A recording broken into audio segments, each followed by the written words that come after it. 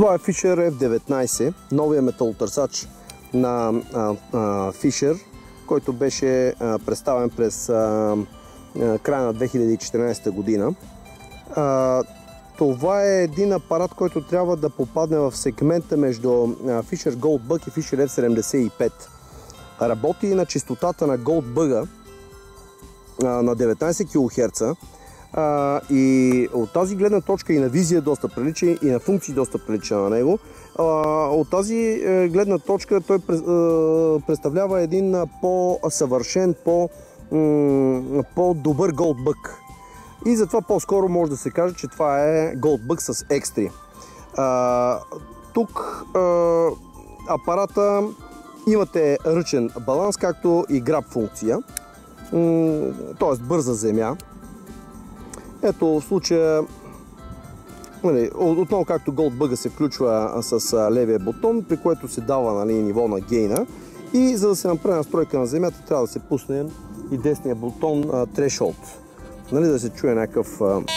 Ето ви примерно в момента това, в тази част на скалата виждате нивото на железен оксид, което в момента е максимално и практически вие може да си направите по старата система ръчен баланс. Когато са много уродени почвите, в които използвате апарата, това е и най-добрият вариант. Ето ви го тук някъде. Ето ви го долу-горе с фанат баланс. Интересните екстри, които са добавили, са в режим дискриминация. В режим дискриминация са добавени някои екстри, които бяха преди това добавени в Eurotech Pro. А именно ниво на волума, за който ще говорим след малко. То е от 1 до 20. V-Brake, възможността да добавите, да променяте скалата място, където имате нисък тон и VCO съответно.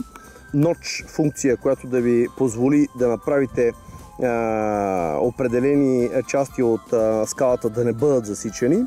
Ниво на дискриминация, което го имахме. Да стартираме с първото нещо, което в режим дискриминация ви прави впечатление, а именно имате подсветка с няколко нива.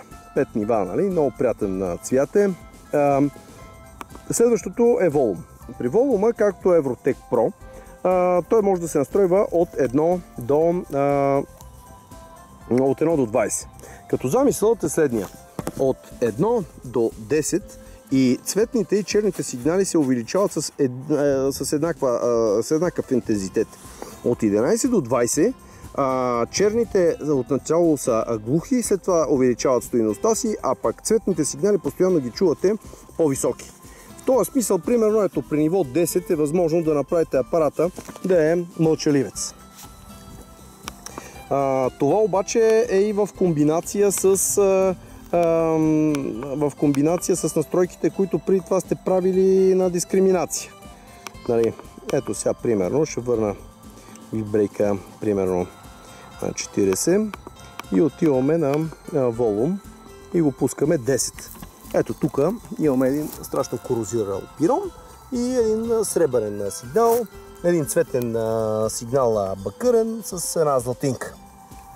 В този режим практически черното изобщо не го чувате, докато ето сребърния, ето ви цветния сигнал. Ако сега отида на волум и дам примерно 12, тогава черното вече ще го чувате, виждате колко глухо, но все пак ще го чувате, докато цветния сигнал, двата цветни сигнала си остават. И съответно може да ги засичате с по-голям интензитет. Сега, V-Brake е възможността да променяте. Това е една допълнителна опция към дискриминацията. Ето, примерно, тази графика. При дискриминация 20 дадено, от 0 до 20 няма да чувате никакви сигнали. Примерно съвременни железа. От 20 до 50, а именно дълбоки цветни сигнали, които заради минерализацията на почвата са станали черни, ще ги чувате с нисък сигнал, а от 51 до 100 всички други сигнали ще ги чувате като високи. Ето примерно точно този пример ще го направим тук. Примерно, ето ви V-брейка. Нали, виждате, това е тая по-бледата част в момента от екрана. Нали, V-брейка. Ето и дискриминацията. Ето и дискриминация. Ето го същия пример. 20 дискриминация в момента, до 20 дискриминация няма да чуваме сигналите. В случая, нали, ето сигнала. Ето ви го цветния сигнал. Ето ви го другия цветен сигнал. Ето го среброто. Ето го бакъра. Сега вижте, ако увелича V-брейка и го сложа на 70, тогава боботенето ще го чуваме на бакърения сигнал. Ето да махнем тук. Ето го бакърения сигнал. Тогава вече ще чуваме цветния.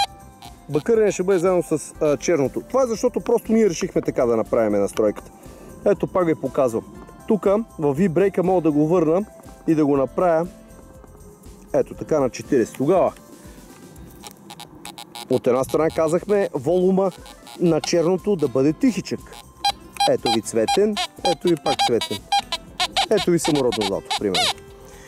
Както казах и преди малко, апарата е подходящ. Той не е подходящ, той е направо практически апарат за търсене на самородно злато, но поддържа и сондите, които се поддържат за Goldbug. Значи 33 см Ultimate, 38 на 30 севка. Нали? Както Goldbug работи с големи сонди доста добре. Но в същото време, ето това парче злато е към 0,7-0,8 грама. Без проблеми апарата се справя с него и го хваща.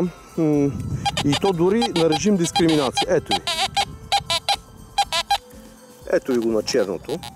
Ето давам ви друг пример пък тук. Отиваме и даваме волума да увеличиме малко. Сега ще видите какво ще стане. Вече черното започваме леко да го засилваме, а пък цветното продължава да си стои. Ето го. Докато цветните сигнали са си еднакво високи, защото съм настроил от 11 до 20 нали, волум. Ето ви го цветния сигнал. Това е от самородното злато. Така. В този режим имате изнесено копче пинпон, с което се центрират сигналите. Апарата е практически първокласен. Той се мери с апарати от Fisher F75 и смятам, че хора, които използват апарата за търсене на метали и на самородно злато, определено ще го приемат много добре.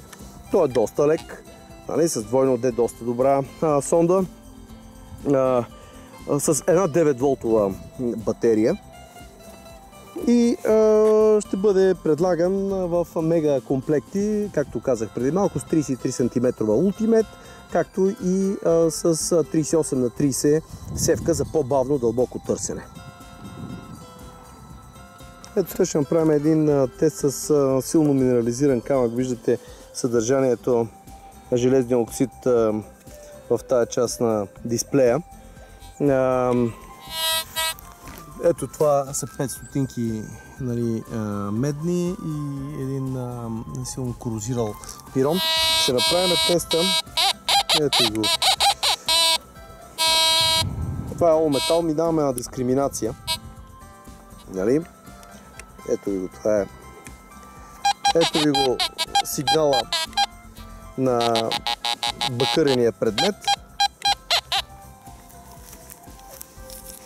Това е много силно минерализиран камък. Слагаме го под него. Ето ви го.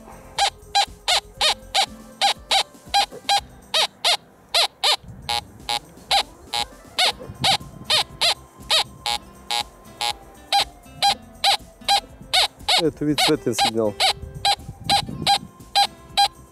В основата на двойното D е категоричен цветен сигнал. Ето ви го.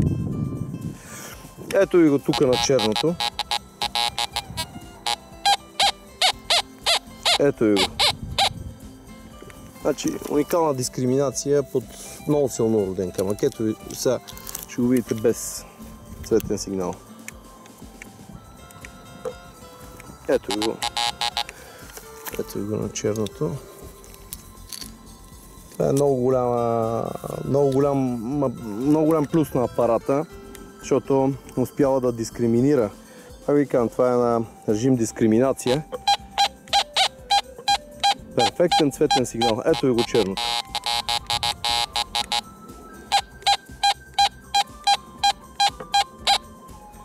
И на число, и на звук просто е перфектен.